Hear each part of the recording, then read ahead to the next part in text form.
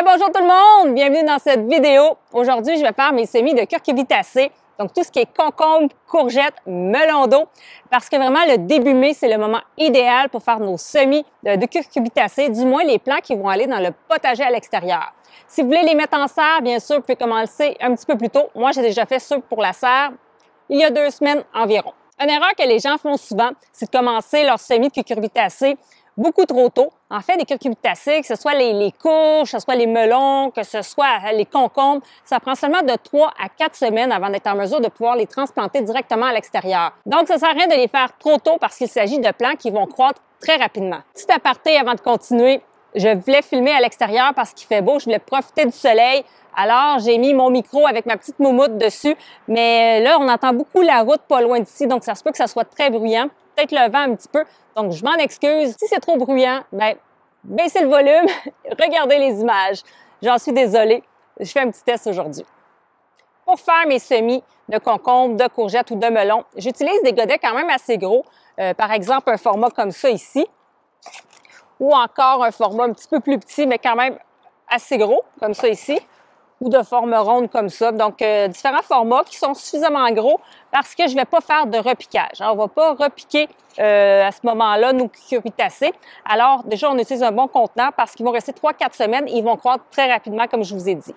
Si vous regardez sur le site des semenciers, ils vont vous conseiller d'utiliser des pots en tourbe comme ça ici pour venir faire ces cultures. Parce que les plants de la famille des curcubitacées, ils ne vont pas aimer se faire jouer dans les racines, donc ils n'aiment pas la transplantation. Alors que d'avoir des plats comme ça, bien, enterrer le plat va se décomposer dans la terre, donc ça ne va pas abîmer les racines. Par contre, moi, j'aime pas beaucoup utiliser des formats comme ça. Premièrement, c'est une seule utilisation. Puis, en plus de ça, je trouve qu'ils ne se décomposent pas suffisamment rapidement. Alors, ça m'inquiète un peu souvent quand je les mets en terre là-dedans. Mais je vais quand même faire mes melons d'eau dans ces plats-là aujourd'hui parce que je manque de gros contenants. Alors, c'est un format que vous pouvez utiliser. Ce sont des types de pots que vous pouvez utiliser qui sont recommandés, mais que moi, j'utilise très peu. Je l'utilisais plus au départ quand j'ai commencé à faire mes semis, mais maintenant, je trouve que ça va très bien avec des godettes plastiques que je peux réutiliser d'année en année. Pour ce qui est du terreau, j'utilise pas un terreau à semis pour faire à ce moment-là ces cultures parce qu'il s'agit quand même de grosses graines. Alors, je trouve que c'est pas très utile d'avoir un terreau qui est hyper fin. Alors, je vais utiliser un terreau de rempotage ou un terreau universel, par exemple. Aujourd'hui, je vais utiliser le ProMix comme ça ici, ProMix biologique pour légumes. Alors, c'est celui-là que je vais utiliser, mais vous pourriez utiliser n'importe quel autre type de terreau. Mais comme je vous dis, ils vont rester 3-4 semaines à ce moment-là dans vos contenants. Puis des assez gros contenants, donc ils n'ont pas besoin non plus d'un terreau hyper riche puis hyper fin non plus. Donc, je vais remplir mes godets et je vous reprends tout de suite après.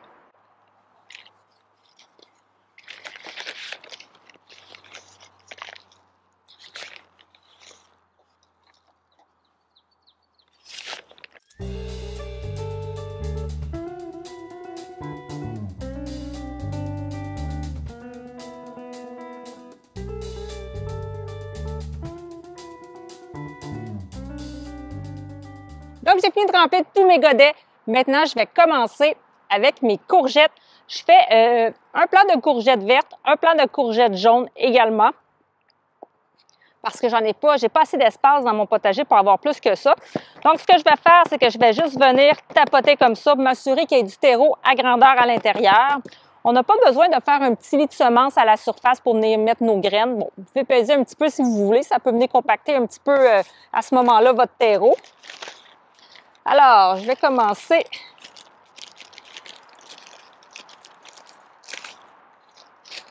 avec mes courgettes. Je vais faire les courgettes jaunes Yellow Summer Squash et courgettes Black Beauty, également qui sont des courgettes vertes. Je vais vous montrer les graines de courgettes.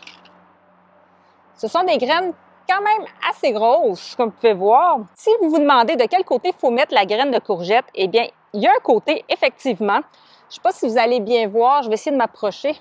Donc, je vous montre de plus près. Je ne sais pas si vous allez bien voir. Il y a un bout pointu, un petit peu plus pointu en haut, puis en bas, c'est un petit peu plus plat. Donc, c'est le côté plat qu'on va rentrer dans le terreau parce que c'est par là que la tige va sortir. Donc, la graine, elle va s'ouvrir sur le bout ici. La tige va sortir. Et si vous voyez bien la forme, c'est pas trop évident là, de la tenir, ça a la forme des cotylédons. Donc, vraiment, la tige va sortir ici et les cotylédons sont à l'intérieur. Les cotylédons qui sont là pour, en fait, nourrir le plant en début de croissance. Et puis, la tige va s'allonger, la graine va s'ouvrir et puis là, les feuilles, c'est les feuilles qui vont venir pousser de chaque côté pour faire tomber finalement la graine qui va s'être ramollie sur le bout. Alors, vraiment, on la met comme ça dans le terreau. Cela dit, parfois, c'est un petit peu moins évident de voir de quel côté on doit mettre la graine. Oui, les courgettes, c'est des assez grosses graines. La forme est quand même assez évidente, mais parfois, par exemple, avec les concombres, ça va être un petit peu plus difficile à ce moment-là de voir dans quel sens les mettre. Donc, en cas de doute, juste la laisser à plat comme ça, tout simplement. Comme ça, la tige, c'est ce côté-là qu'elle va sortir, mais elle va pouvoir sortir puis entrer à ce moment-là, sortir puis continuer d'aller dans la terre. Et puis, à ce moment-là, la feuille va pouvoir remonter. C'est sûr que c'est mieux de le mettre à plat comme ça que de le mettre carrément à l'envers où la tige va sortir vers le haut. Alors, en cas de doute, on fait tout simplement les mettre à l'horizontale comme ça. Puis là, moi, je vais mettre 2 graines dans mon contenant pour m'assurer qu'il y en ait au moins une qui va germer. Il y en a qui vont mettre jusqu'à 3 graines. Moi, je trouve que 2 graines, c'est suffisant. Au pire, j'en refais. Il n'y a pas de problème. Alors, voilà. Je vais mettre mes 2 graines. Je les mets à plat tout simplement. Par la suite, je vais juste venir peser dessus pour tout simplement les enfoncer. Donc, on appuie comme ça. On les met quand même peut-être 2 cm, 2 cm et demi à peu près de profondeur. Et on vient juste tout simplement refermer comme ça ici. Et on n'oublie pas de mettre une étiquette parce que tous les curcubitacées au départ vont se ressembler et vous ne ferez pas la différence entre une courgette jaune et une courgette verte tant qu'il n'y aura pas de fruits. Alors, je complète les courgettes avec courgette jaune. Je vais en mettre 2 également.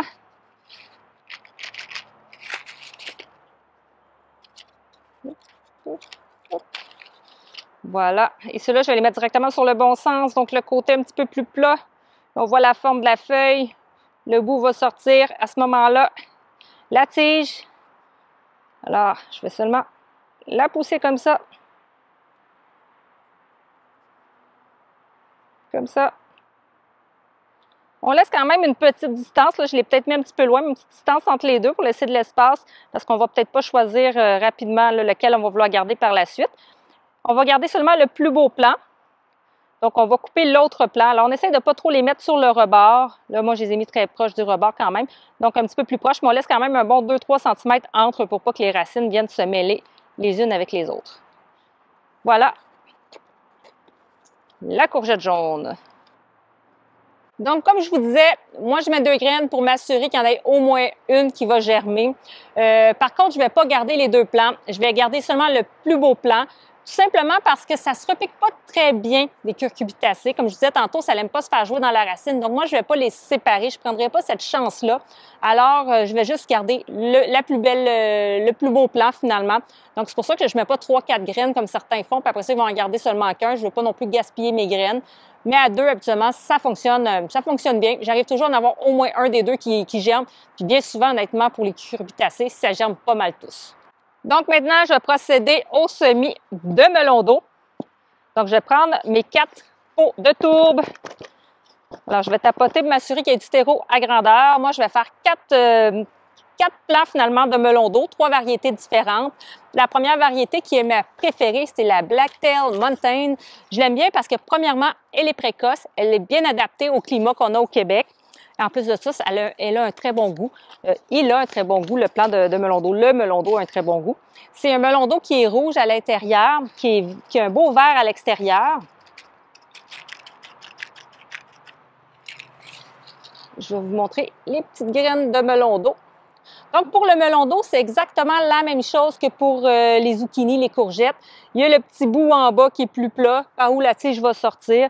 Donc, si on est capable de l'identifier à ce moment-là, on le met directement, on appuie sur le dessus, 2 à 2,5 cm également. Si on n'est pas certain, on fait comme l'autre ici que je fais à côté, on le met plat, on pousse à la même distance.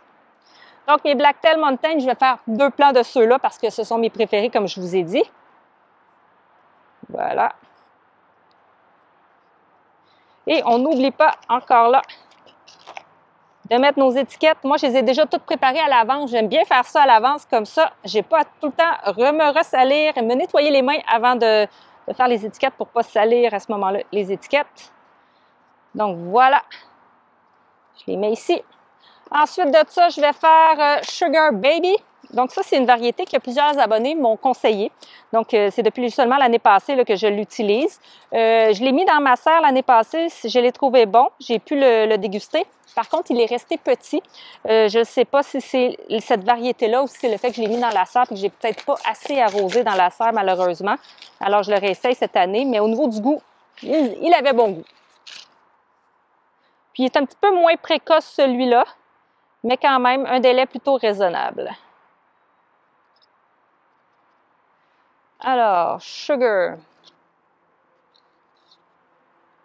Puis, je termine avec Petite Yellow, qui est le melon d'eau le plus précoce que j'ai fait au potager. C'est vraiment le premier que je déguste. Et comme aussi, on est dans un climat plutôt frais hein, au Québec, on va se le dire, on n'a pas nécessairement autant de melons d'eau, par exemple, que dans des pays un petit peu plus chauds, dans des régions plus chaudes.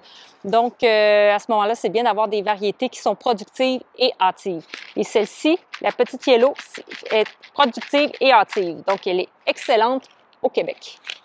Je l'ai acheté, là, celle-là, je ne sais pas si ça se vend ailleurs, mais chez Semences Ancestrales que j'ai trouvé là, ces graines-là.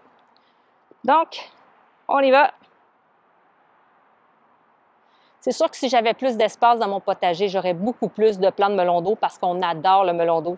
Donc, j'en aurais vraiment beaucoup. Mais malheureusement, il faut quand même laisser un minimum de 50 cm entre les plants. Donc, déjà, j'ai 4 plants, 4 fois 50 cm. Donc, c'est déjà un 2 mètres juste pour avoir 4 plants de melon d'eau.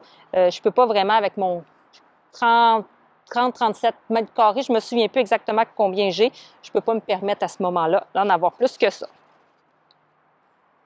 Voilà. Et là, je suis rendue au concombre. Donc, le gros du travail, c'est maintenant parce que j'ai beaucoup de plants de concombre.